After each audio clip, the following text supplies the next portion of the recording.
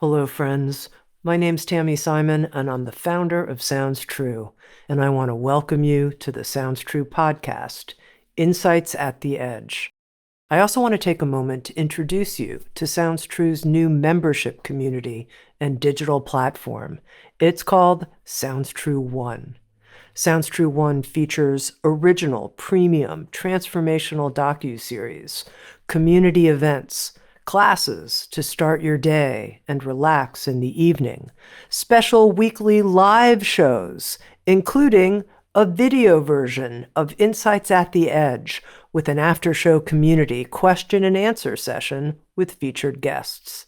I hope you'll come join us, explore, come have fun with us, and connect with others. You can learn more at join.soundstrue.com. I also want to take a moment and introduce you to the Sounds True Foundation, our nonprofit that creates equitable access to transformational tools and teachings. You can learn more at soundstruefoundation.org. And in advance, thank you for your support. In this episode of Insights at the Edge, my guest is Dr. Peter Levine. Peter is the developer of Somatic Experiencing, a naturalistic and neurobiological approach to healing trauma, which he's developed over the past 50 years. Somatic Experiencing, called SE, is one of the most well-known and respected internationally approaches to healing trauma. Listen to these numbers: 50,000 practicing SE therapists worldwide in 44 countries and 70 trainers. Peter Levine holds not one, but 2 PhDs, biophysics and psychology.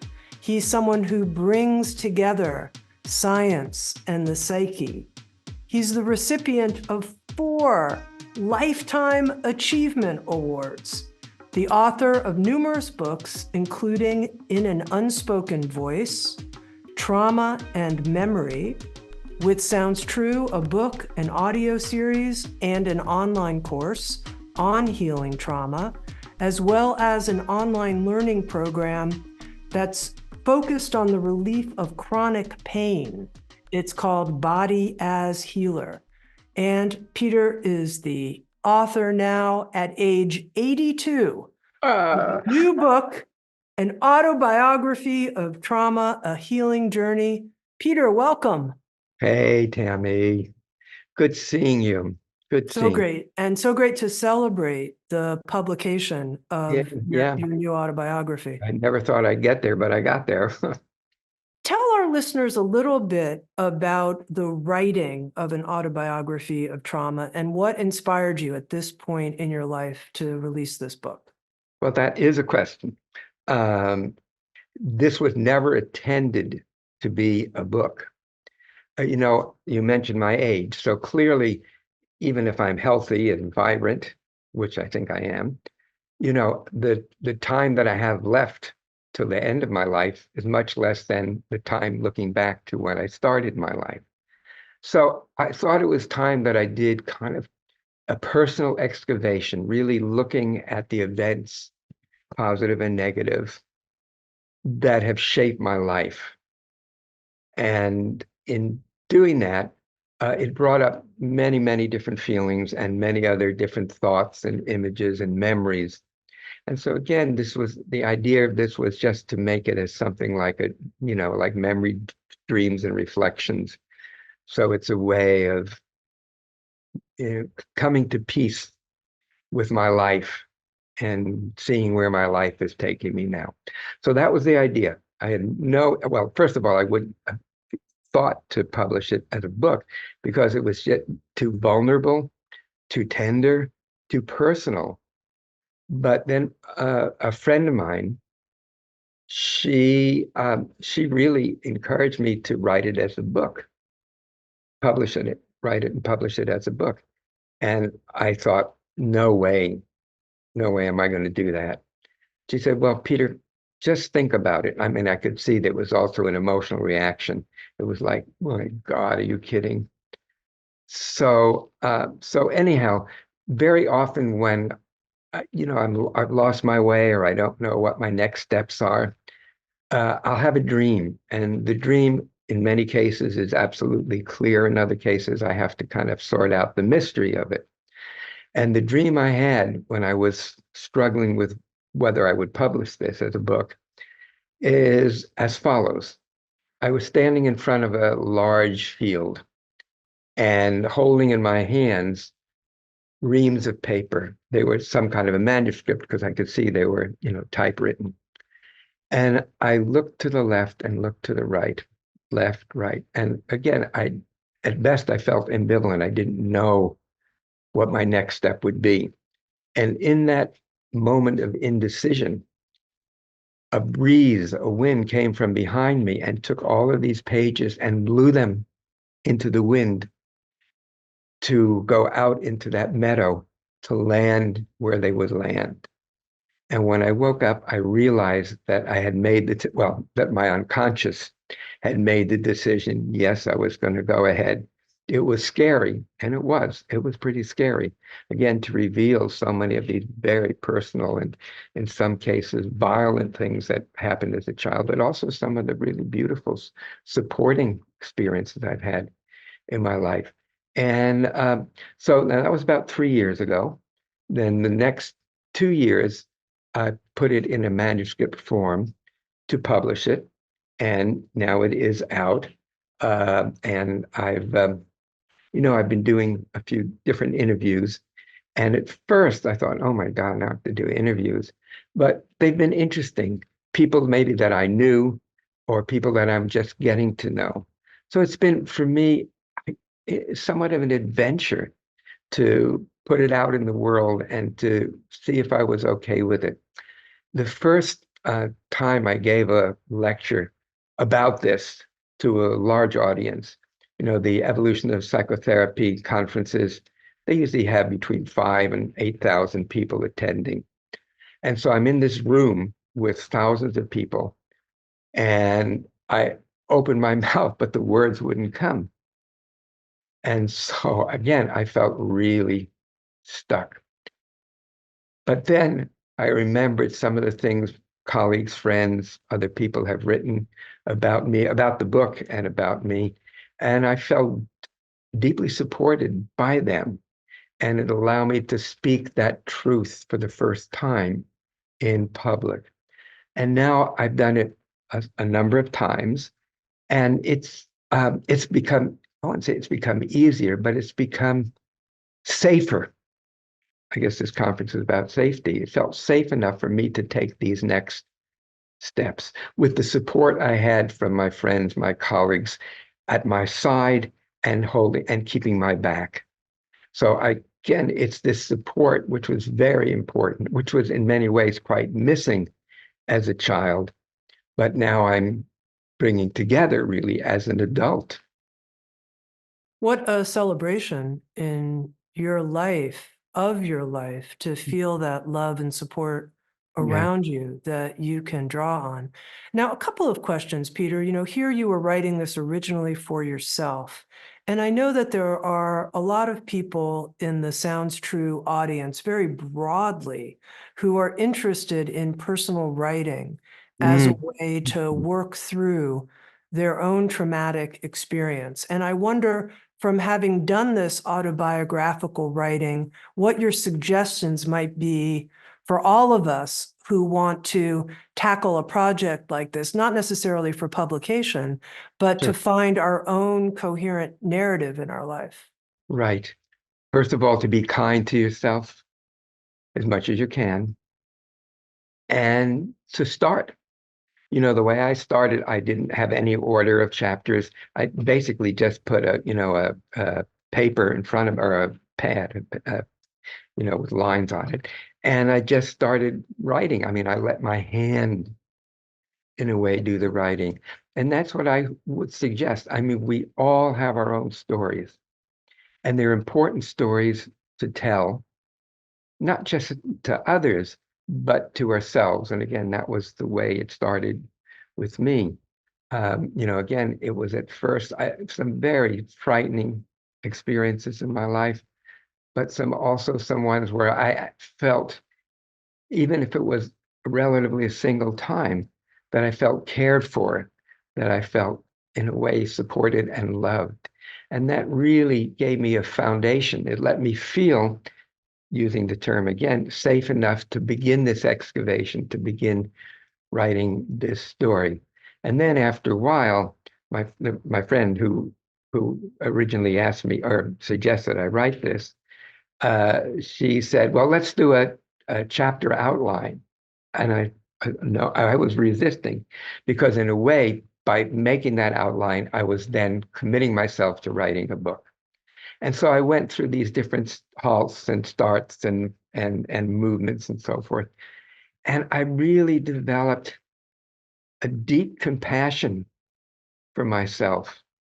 One of the people who wrote an endorsement said he goes from oh gosh, from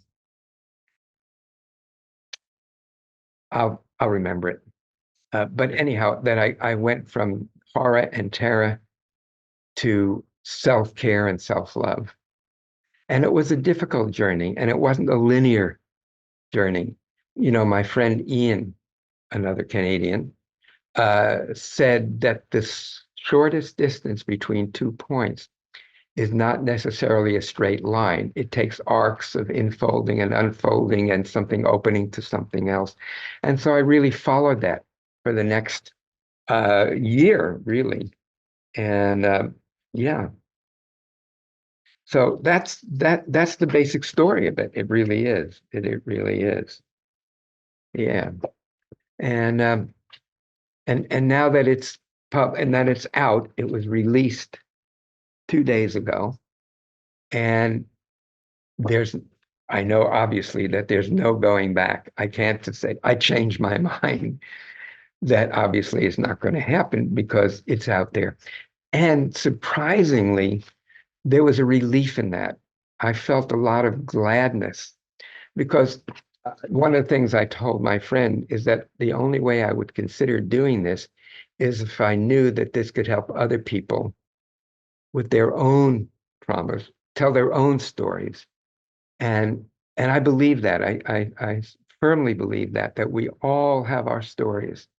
And telling the stories, if it's only to ourselves, can be a value, an invaluable catalyst to growth and to coming to heal and wholeness. In the book, there's a picture of you as a small child, and you put it right at the front. And there's a Oh, kindness of this is this very small, precious child, me, Peter. And I'm curious, Peter, for those of us who have trouble being kind to ourselves, often as a result of trauma that we've been through in our life, usually, what yeah. have you discovered about how to do that? Because it seems like you really have developed that capacity. Well, I gentled into it, to put that in the past tense, and but also the current tense. You know, again, I think writing it for myself first gave me a little bit more freedom. And then when I decided to write it as a book, it, you know, I did it in steps, and I did it. I had my friend Laura really reflecting what she noticed, and she knew some things about me that I didn't realize that they were how important they were. So I kind of revisited those. So the loving kindness is something that really happened gradually. And you know, again, if we've been traumatized, that's not a given. But if we can be patient to us, be patient what's in our heart, then gradually, I think, without even realizing it, we will come to a greater sense of goodness and compassion. At least that is the way for me. And it's also the way with literally thousands of people that I've worked with over the 50 years of my, you know, as a therapist. So so it's not something I believe. I just know it. I've observed it. I've observed it in myself. And again, I think once we start writing our stories, that compassion can start to develop. And when it's not there, and we feel self-critical, then that's okay to be okay with feeling self-critical and knowing that that also can change. You mentioned the picture of me. It's where I realized the last chapter is called Living My Dying Through the Eye of the Needle. And it's about me coming to my mortality to begin to face death. And one of the things that came up in writing this chapter is the photograph that my mother took of me when I was probably looks like I was about 18 months old. And I see a certain joy and before some of this trauma was, how I was alive and curious and playful. And I'll show you that picture if it's okay here. Yeah. And that's my coming home. And again, that's where a lot of that self-compassion comes from.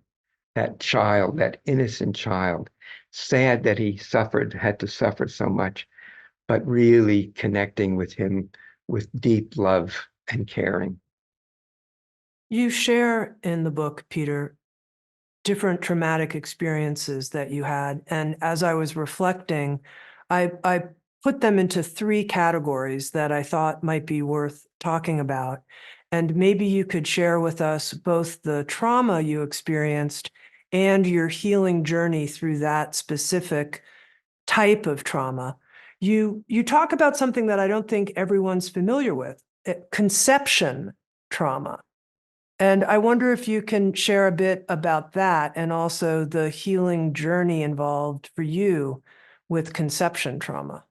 Well, maybe if I can come back to it, let me kind of take a little Okay. side turn, and I'll remember you remind me to come back to that.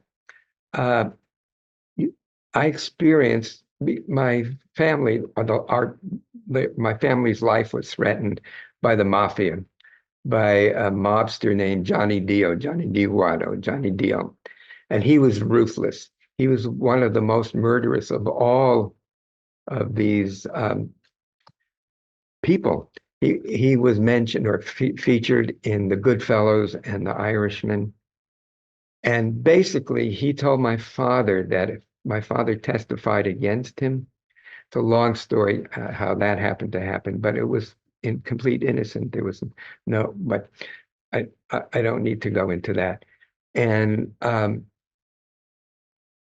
so, in order to keep our silence, um, again, he said that if he testified that he'd find the family, all of us, face down in the East River, that we'd be basically, of course, that we'd be murdered.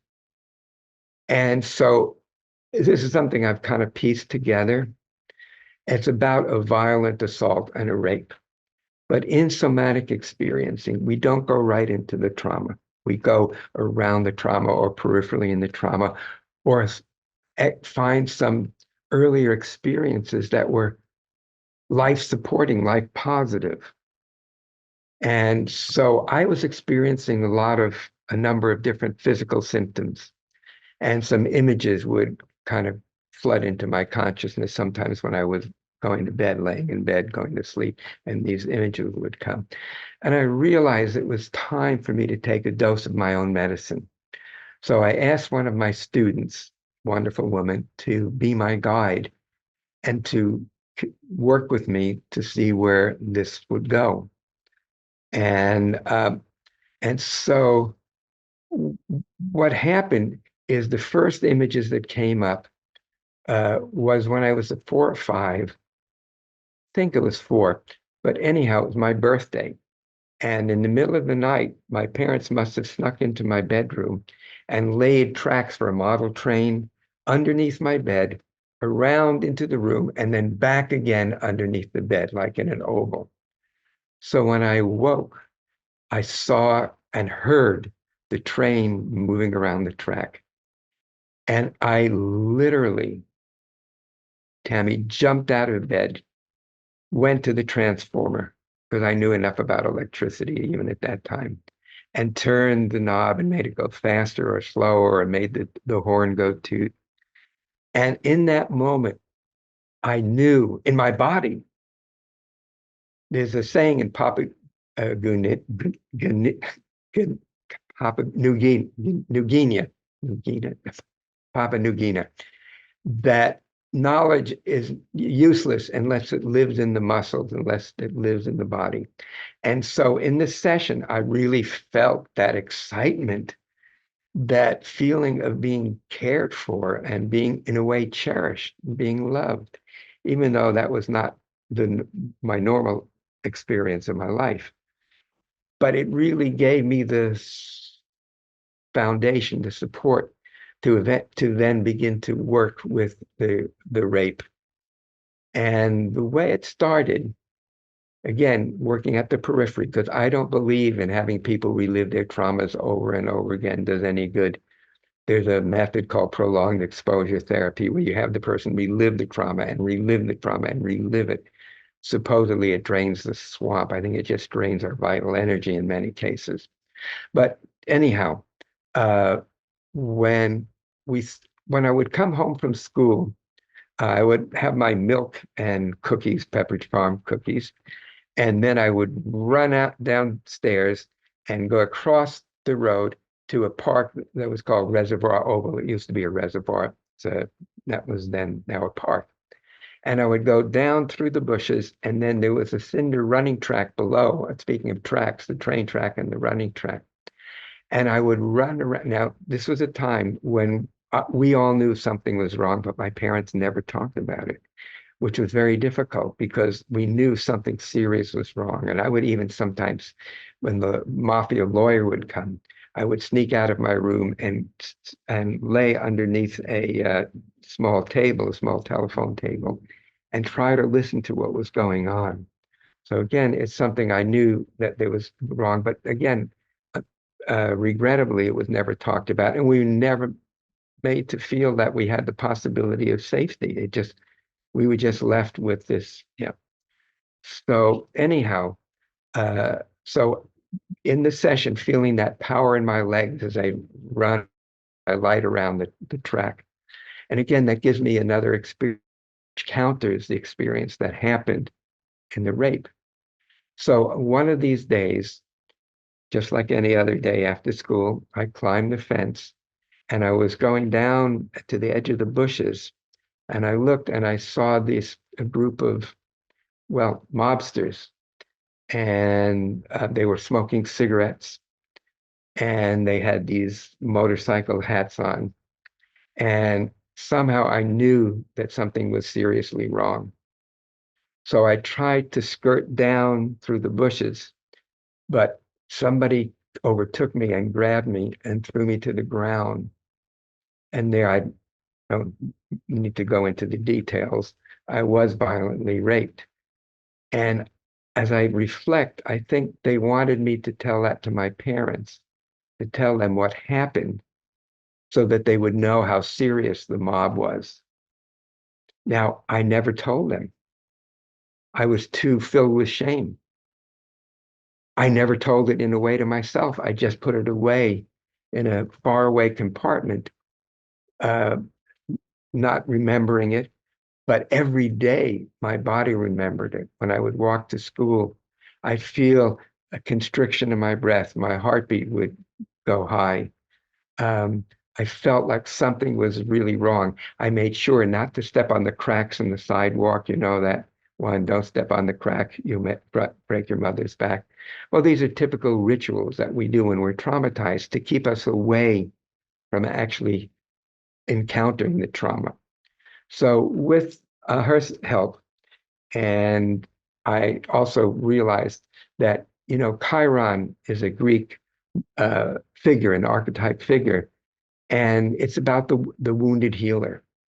And I realized that I would be limited in my own capacity as a therapist unless I did my own healing. So that's what brought me to ask my student to be with me, to sit with me. And one of the things I write about trauma in an unspoken voice is trauma isn't so much, it's not just what happened to us, but it's rather, Tami, what we hold inside in the absence of that present empathetic other. And my student, my guide was that for me in that moment. So with her help, I was able to move through these different parts and then come back to the aliveness in my body and running again on the track, on the reservoir oval track. And then also again remembering the experience of the trains. So little by little, I excavated this. And the more that I reflected on some of these things, more other things would come into my awareness, into my consciousness.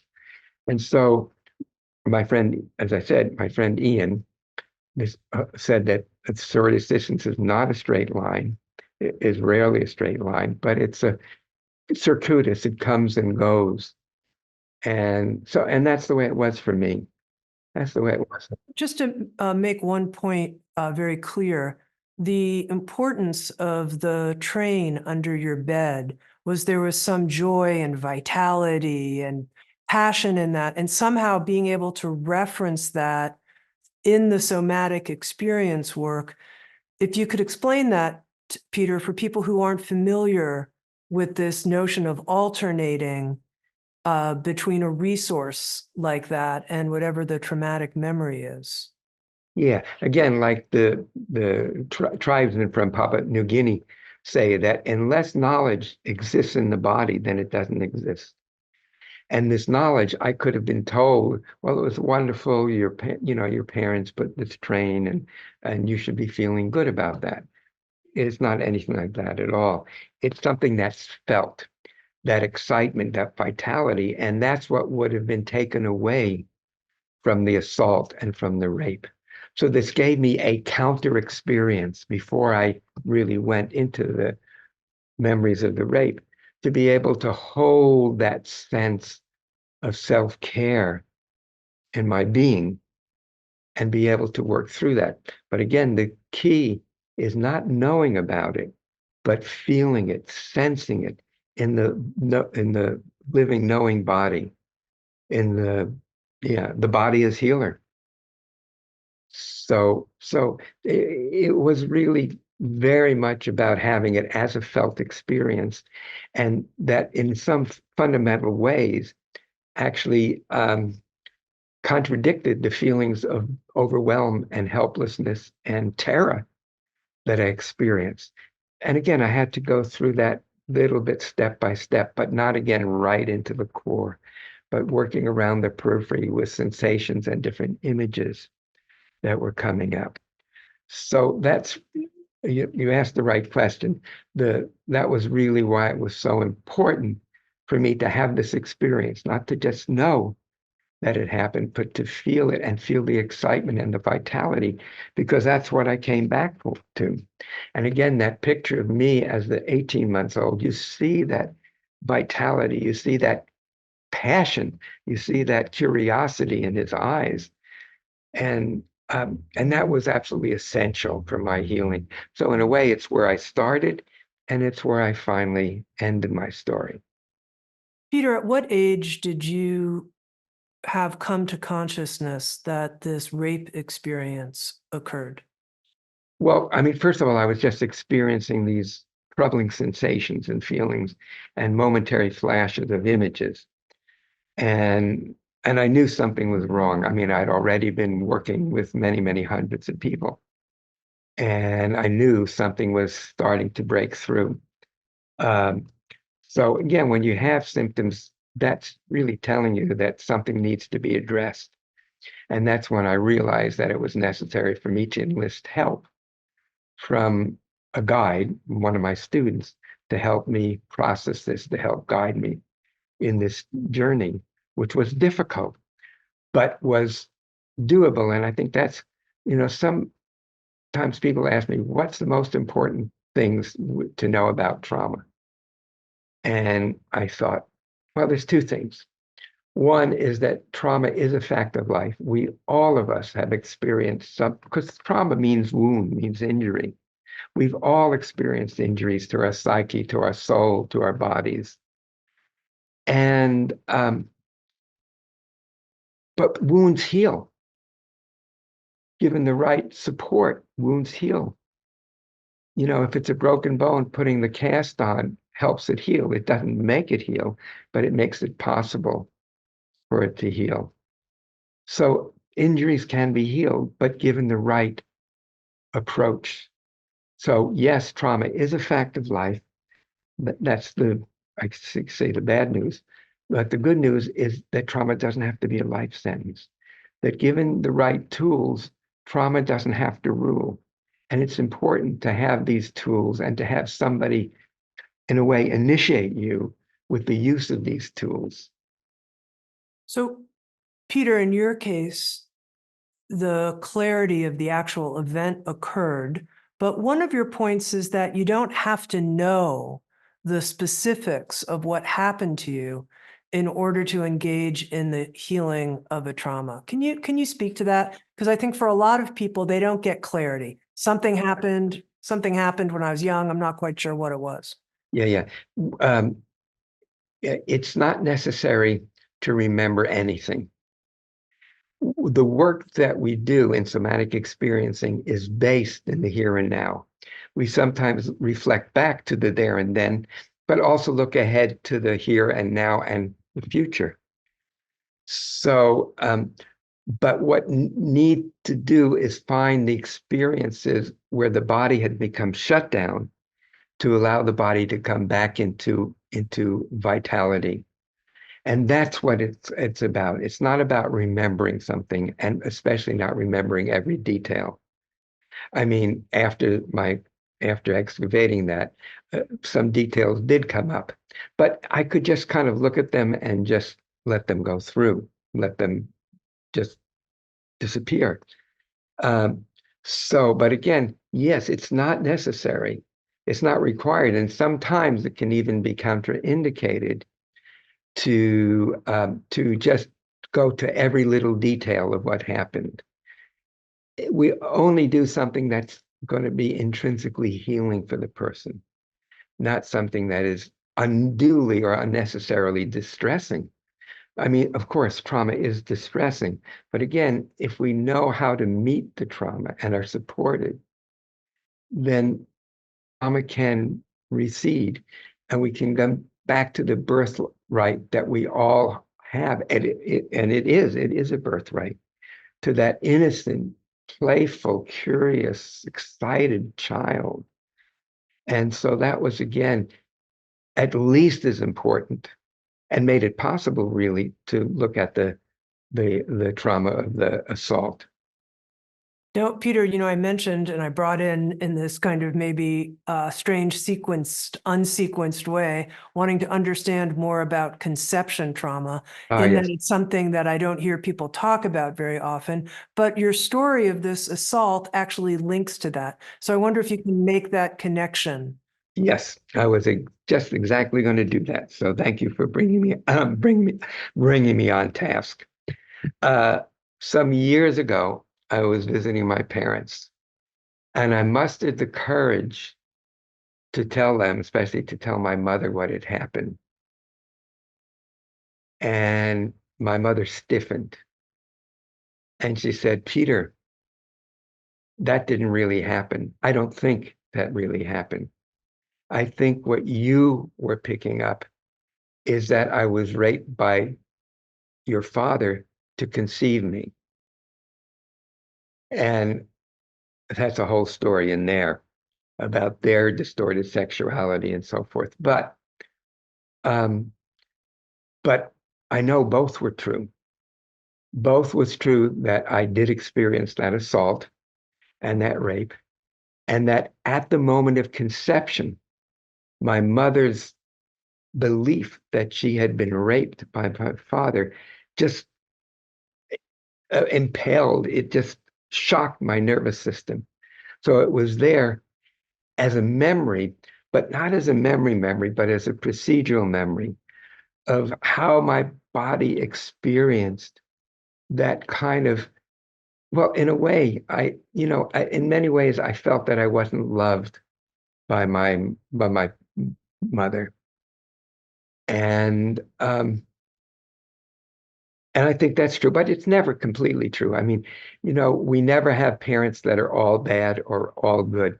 It's always a mixture of both. Um, but it really also helped set me free because I had a better understanding of why it was that I sometimes felt like I was the unwanted child because I was unwanted, because I was conceived in rape. And that impulse, that impact got me at, I believe, and working with, again, thousands of people with different but somewhat similar experiences, that we experience conception trauma, intrauterine trauma, birth trauma, and early trauma in infancy. We experience all of those, and we can't get at them because they're not consciously, because they're not conscious memories, but they are registered in the body as emotional and what are sometimes called procedural memories, memories that our body has formed and that we can work those through, but we have to understand that it's not a memory in the normal sense of, oh, I remember this, I remember that. It's a much deeper body memory. I mean, I think it could be called a body memory, but in academic psychology, sometimes called a procedural memory, or things that our body has done in attempt to protect ourselves, but that in many cases it failed to do that. So we were overwhelmed. So in a sense of completing what the body was trying to do then, maybe decades before, to allow it to come to completion in the here and now. One of the way I start one of my books, the first book, Waking the Tiger, Healing Trauma, Healing Trauma. And I was working with this woman who had severe panic attacks. And when I started working with her, um, well, she was sent to me by a psychiatrist friend, and he'd been treating her for these panic attacks using different kinds of medications, but nothing was really helping that much. So we thought if some of these relaxation exercises that I'd been developing might be helpful for her, because she had all kinds of physical symptoms as well, that at least it could help give her some of her life back, because she couldn't leave the house alone. I mean, even with her husband holding her hand, she was still just completely terrified to go out in the world. And anyhow, when I started to work with her to get to find a relaxation, actually the opposite happened.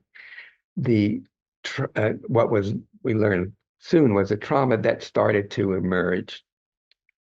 And at that moment, I had the image of a tiger crouching and getting ready to jump out from the far wall of the therapy room, the consultation room. And so without quite knowing it at the time, I said, Nancy, there's a tiger crouching, springing, run, run, climb those rocks and escape. And I could see that it wasn't helping, that her legs got even more frozen. And I said, Nancy, let me take your hand. I'll do this together with you. We're going to run together. And I could see her legs started to move like sewing machine, I call sewing machine legs. And then I could see her whole body was feeling the power of climbing these rocks, very similar in some ways to what I just described about myself, having this new experience, this empowered experience. And then when she got to the top, she knew that she felt safe. And then she asked me if I wanted to know what she experienced. And I said, yes, please. She said, well, at first I couldn't run, but then I could. I could feel my body climbing. And when I got on the top, I knew I was safe, that the tiger couldn't get me there. And I looked down, I saw the tiger, and the image of the tiger changed to an image of me when I was 4 years old. She was 24 when I did the session, when she was being held down by doctors and nurses, and an ether mask was forced on her face for a tonsillectomy. And she was completely overwhelmed and terrified, and her body had been wanting to run, to escape for 20 years. And she finally could do that. So again, it's really the body doing what it needed to do then, but which it couldn't do because it was overwhelmed. And that's again another basic principle of somatic experiencing. Now, the other kind of trauma that you write about occurring in your own life has to do with inherited Yeah. generational trauma. You mentioned that on your father's side of the family, everyone but one cousin One distant cut. was one distant cousin was murdered by the Nazis, and that this is also part of the trauma that you've had to work through as a person. And this is a question. I'm just curious what you think, Peter. Do you think that the inherited trauma is harder to resolve in some way than other types? Or that's my experience, but I don't Yeah. know if I'm generalizing, and maybe Yeah. it's not important to generalize in that way. Well, I think it's more difficult because we can't like pinpoint it, you know, and but inherently, I think it's just as doable as other different kinds of trauma. But you have to have of course, a different perspective on it. One of the other things that I write about in the book around this issue was there was a restaurant that I loved to go to, the Beggar's Banquet on San Pablo Avenue in Berkeley. And so I was working on my doctoral dissertation and starting to teach what was the beginning of somatic experiencing to a group of therapists. And I was really struggling of how to explain to them, to demonstrate, and then to explain to them what I was doing, how I was doing what I was doing. And so at the end of a long day, I would go to this restaurant, and the waitresses there knew me by name. They were very kind. They would sit me down in my usual table and start me off with some warm soup, some warm vegetable soup, and and along with some warm French bread, crispy on the inside, soft and moist crispy on the outside, soft and moist on the inside. And it's like my worries kind of just drifted away. Well, one of these times when I'm sitting there, uh, I see a shadow moving from from my left side.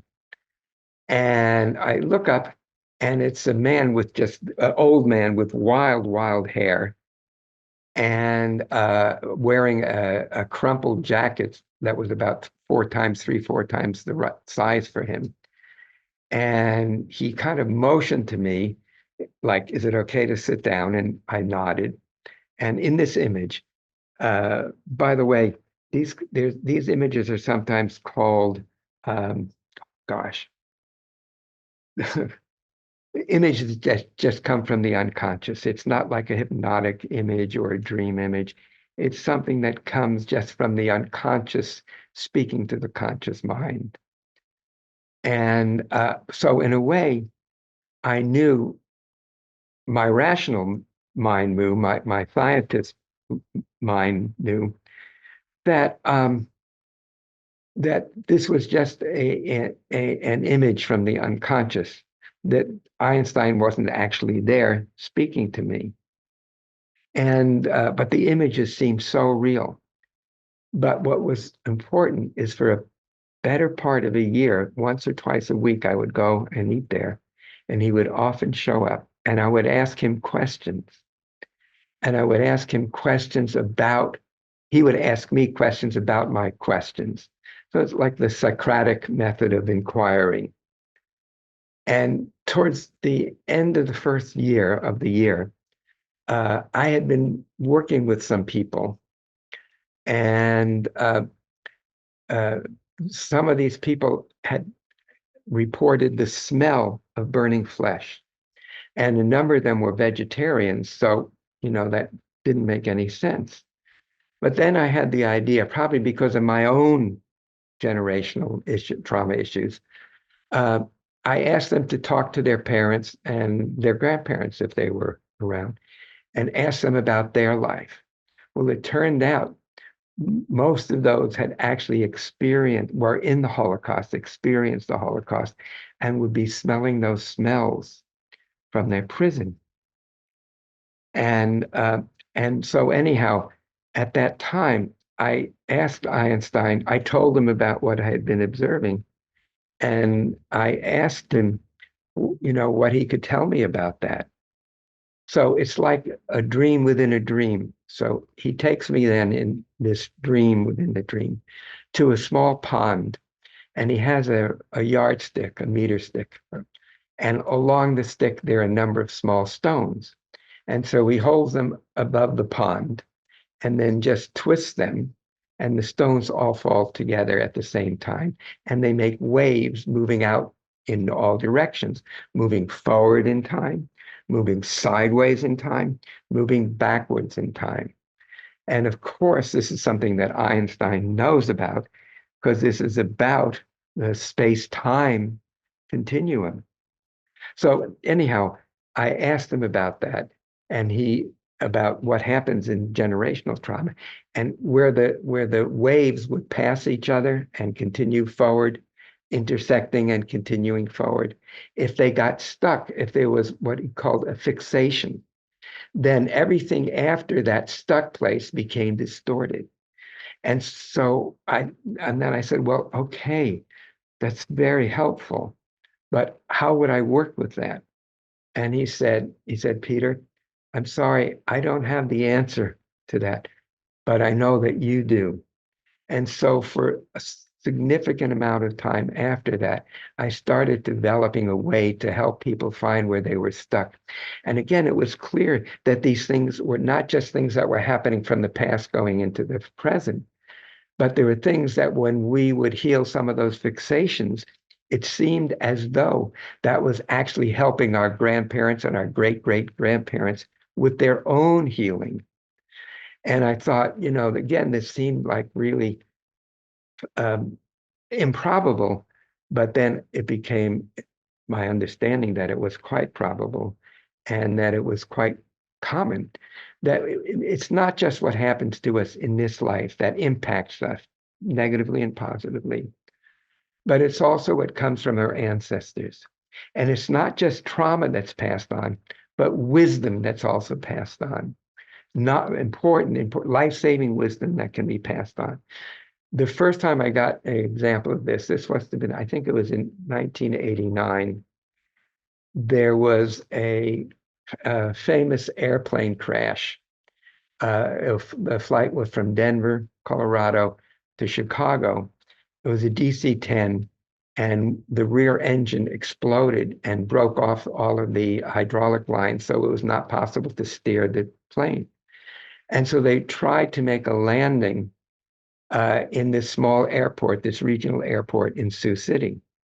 But the only way they could try to control it was by increasing the thrust on one engine and then on the other. And so it's very wobbly. And when the plane landed, it broke up into many pieces, and a number of the parts exploded in flames. And the woman that I was working with, call her Katie, uh, again, not taking her to the trauma, but taking to the first time when she felt that she survived, that she was safe. And that was the image of her in a cornfield with the sun on her back and seeing the stalks of the corn. By the way, there's a wonderful movie by Peter Weir, Jeff Bridges, and Rosie Perez called Fearless. I really recommend it. He treats trauma very well. He really got the director Peter Weir really understood trauma. Actually, we met together and got together after he made the movie. So where am I? Oh yeah. So anyhow, then we come back to in the plane. So the fuselage, part of the fuselage that she was in was upside down. So she gradually lifts her safety belt off and holds the belt and lets herself down to what was the top, which was now the bottom. And it's dark and there's smoke and it's acrid and she's starting to cough and she doesn't know what to do. Then all of a sudden she hears the following words. Katie, go to the light, go to the light and escape. And she found this pinpoint of light and she went closer and closer and it became larger and larger. And then there was an opening there. There were twisted wires and everything, but she was able to survive. She got out and then made it to the cornfield. So what's remarkable about this is both her father and her grandfather were in airplane crashes. One was another commercial flight and the other was a military flight. And both of them escaped by going to the light where there was this crack. And so that message from them, a life-saving message, came through to the ancestors, to her, and saved her life.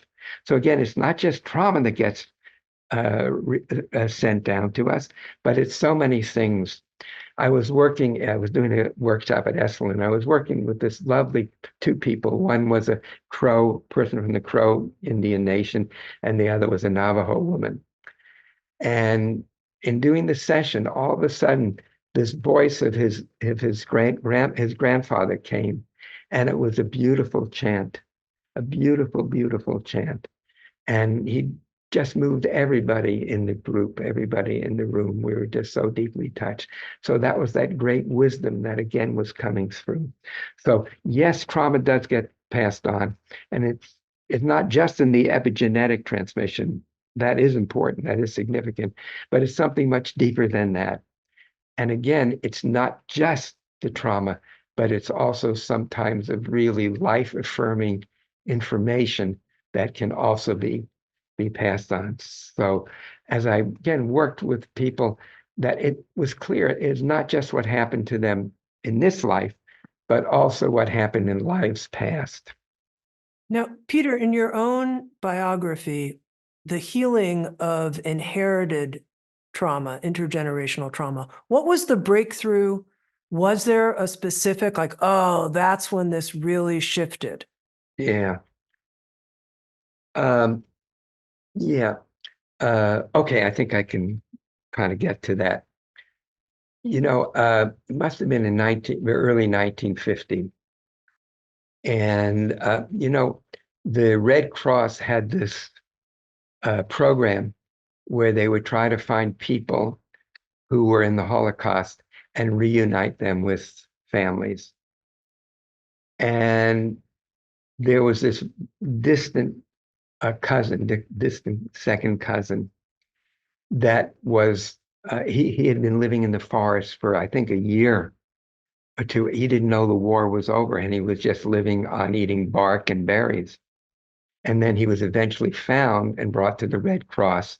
And then the Red Cross reunited him with the family. And I remember coming together with him and the family. So all of the relatives, 1, 2, 3, 4, 5 of us were there. And I remember seeing on his arm these numbers that were tattooed. And I was fascinated by that. And I think I asked the question and I was told, don't ask that question, basically. And as I pieced together that he did escape, that he was, and that was amazing that he was able to escape. I think it was in Auschwitz where he was, and that he survived. And I realized that we all have these survival instincts in us. So I think I learned that in a way from me. His name was Zelig. There was a Woody Allen movie called Zelig, actually. I think it's the German translation of the name Jerry. But anyhow, by being together with him, and I became friends with him, or not friends, but he was much older, of course. But he had a convertible car. He bought a car. That was one of the first things he did when he arrived in the New World. And I remember the car, the floorboards, it was a convertible, and I just love the convertible, but the floorboards were broken. And so when you drive, we could see the road underneath. And so I spent time with him, getting to know him.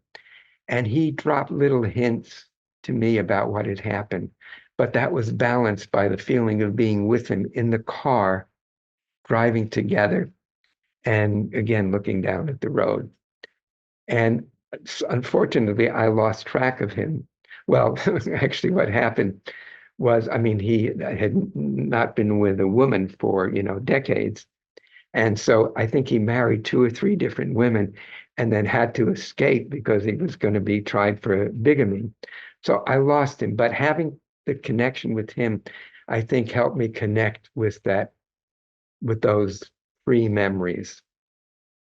In addition, Peter, as you describe your own working with students of yours in somatic experiencing to help you work through various traumatic experiences in your life, you recount journeys that you took with psychedelics in some controlled experiments, and you are very clear about what the context is that supports trauma healing. I think that's really important, but I also think it's important, obviously, you sought greater help than just somatic experiencing was providing. So I think that's also interesting, and I wonder Yeah. if you can talk about that. Well, I think it would not, I mean, things that had come up, but had come up in a less full way.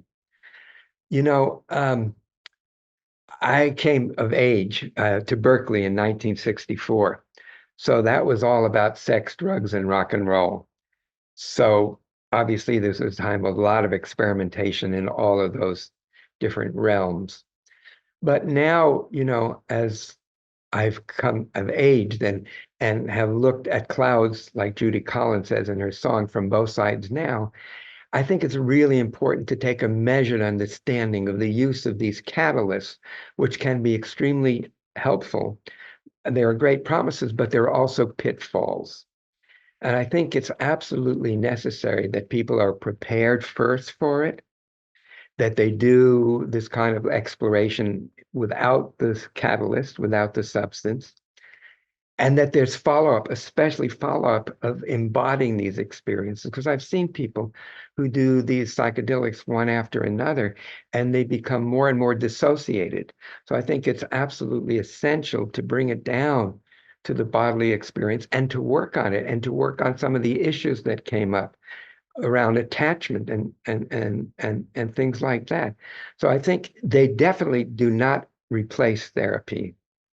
I can say that with certainty, and that they can be used, but they really need to be used judiciously and by people who are skilled and by people who know how to prepare and to follow up. So, for example, MDMA has been used more or less for simple for PTSD from war trauma, and it's been helpful for that. And so what I suggested is that before they take the substance, because you wear an eye mask to keep out, the stimulus from the room, and earphones to hear sounds or like sort of like music sounds. And so I suggested doing that without the substance and just have two people, two therapists be with that person for some hours while they process what comes up for them. And then only after that, then if it's appropriate to employ the psychedelic. But again, I think it's really important that we're careful and judicious about that. I think there's a section in the book where I write, psychedelics, promises and pitfalls. And I think they're both. And I think that people are starting to, I mean, I speak a lot about it, and I think some other people also do, about how to use them and how not to abuse them.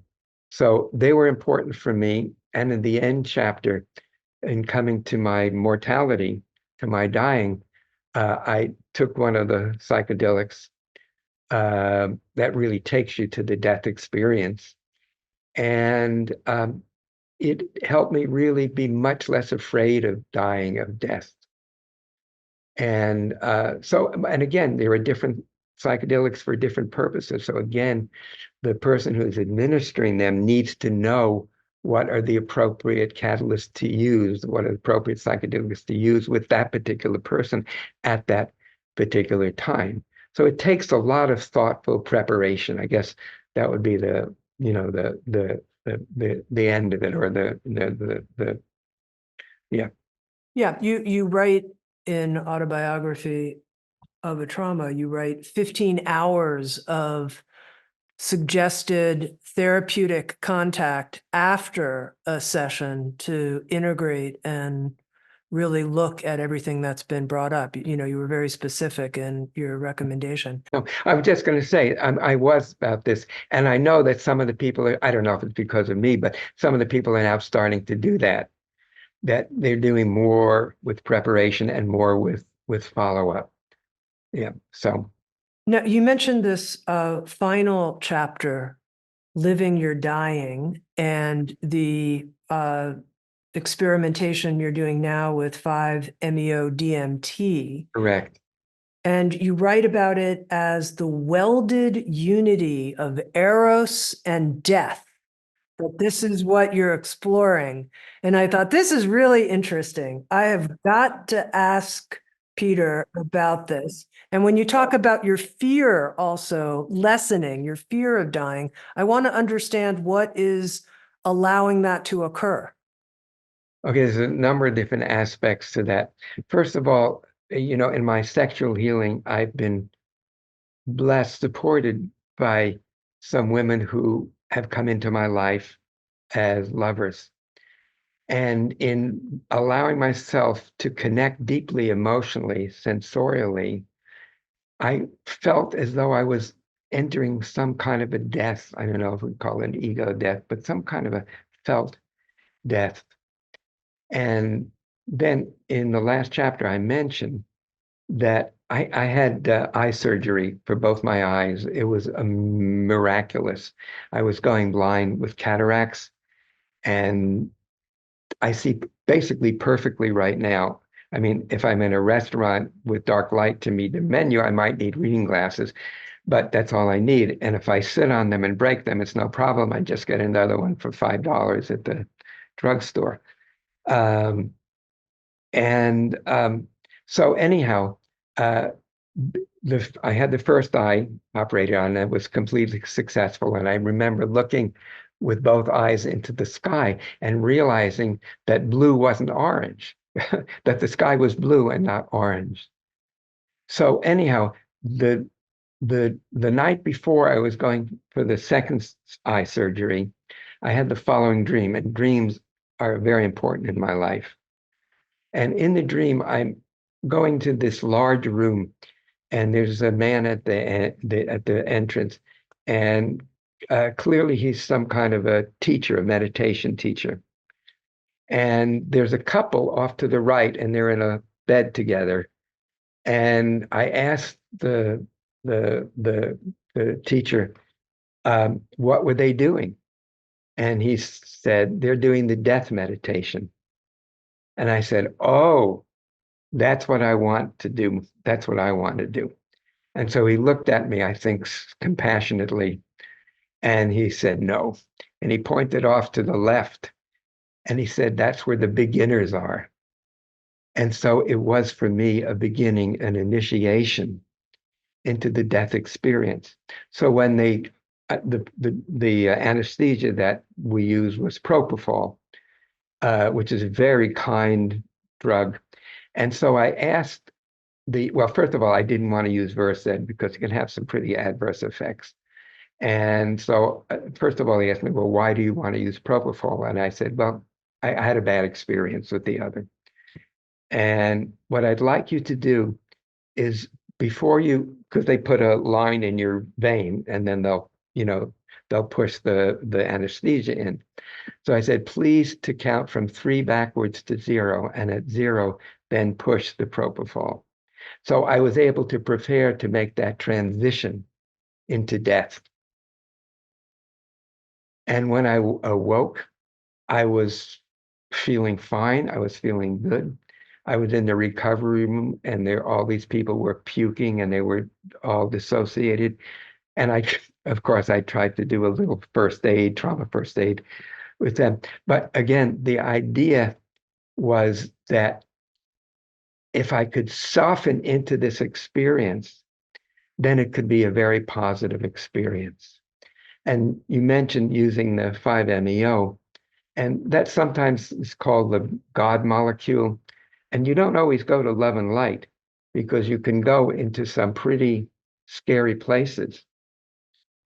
And but if it's done properly, you move through it. You know, there's this incredible quote from this man named Alfred Romer. He was a physics professor in 1906, and he wrote basically that God is not going to the light is not where God is. Those can be byways, those can be avoidances.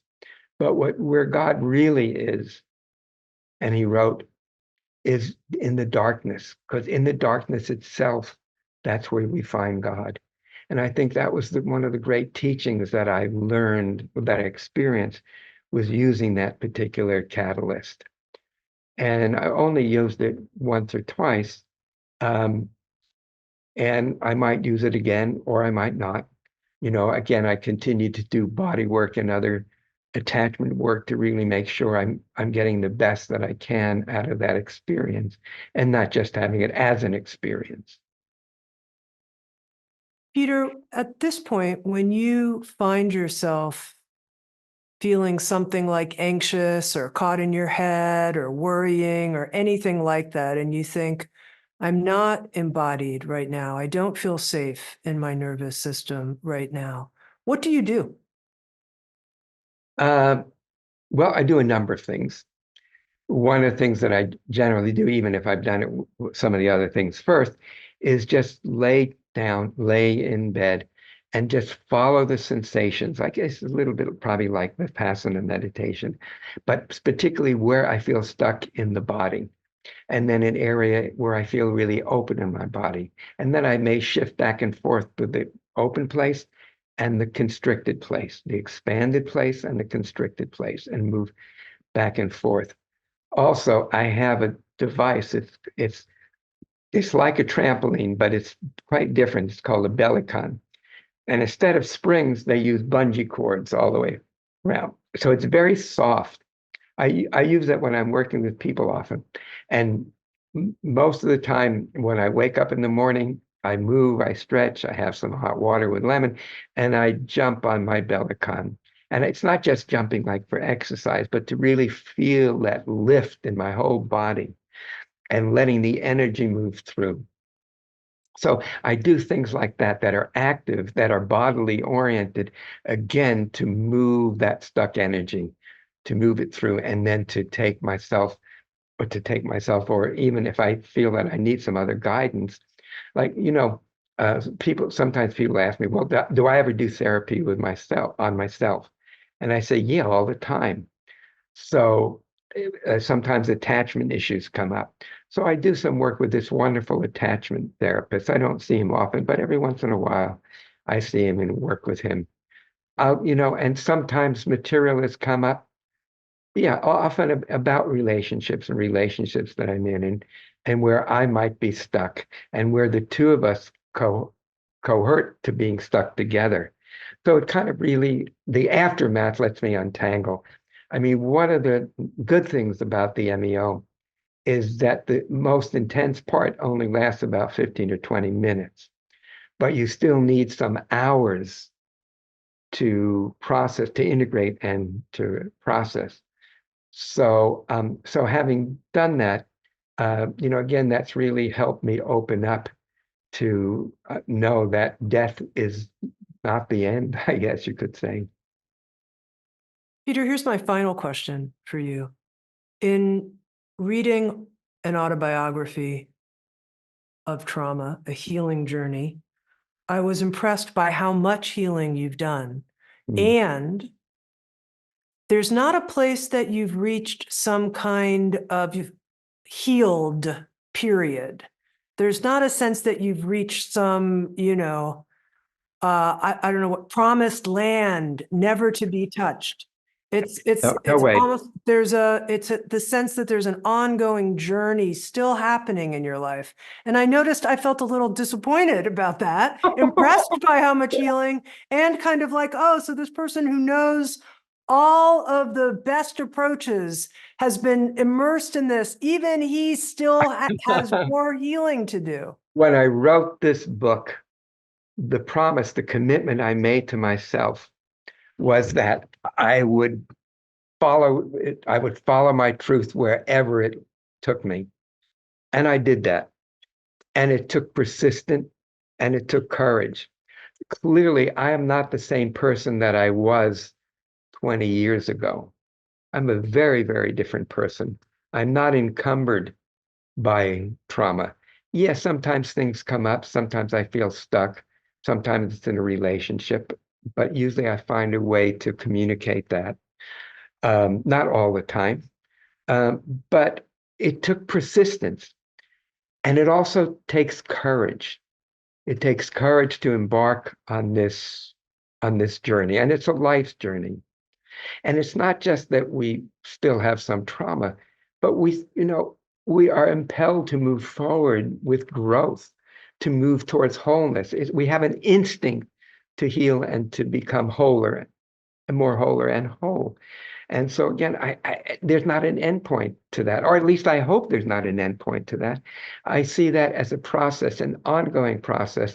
And if we do that with ourselves and another person does that with themselves, then we can bring together and really have a present here and now relationship, because we've each done enough of our own work, and then we can meet each other and be there with each other for each other. So yeah, I mean, it's not like 100% of all my trauma is ever gone, but I mean, I can talk about it. I'll occasionally get a twinge, but it passes readily. I've done some of these interviews, but sometimes sensations or feelings come up, and I just take a moment. I just say, just give me a moment for a breather, and I feel the sensations. I feel the feelings, and if there's some image, I just maybe attend to that. And then I'm fine, and then I'm ready to go on. So I think we get to the place where we're not stuck with our traumas, that we, instead of like there being sharp edges, like pieces of wood with sharp edges, they're honed, they're softened, like they're curved. So we just move and we touch the curvature and then move forward and then come to another curvature and brush against it, not get stuck on it. So we go from trauma to awakening and flow.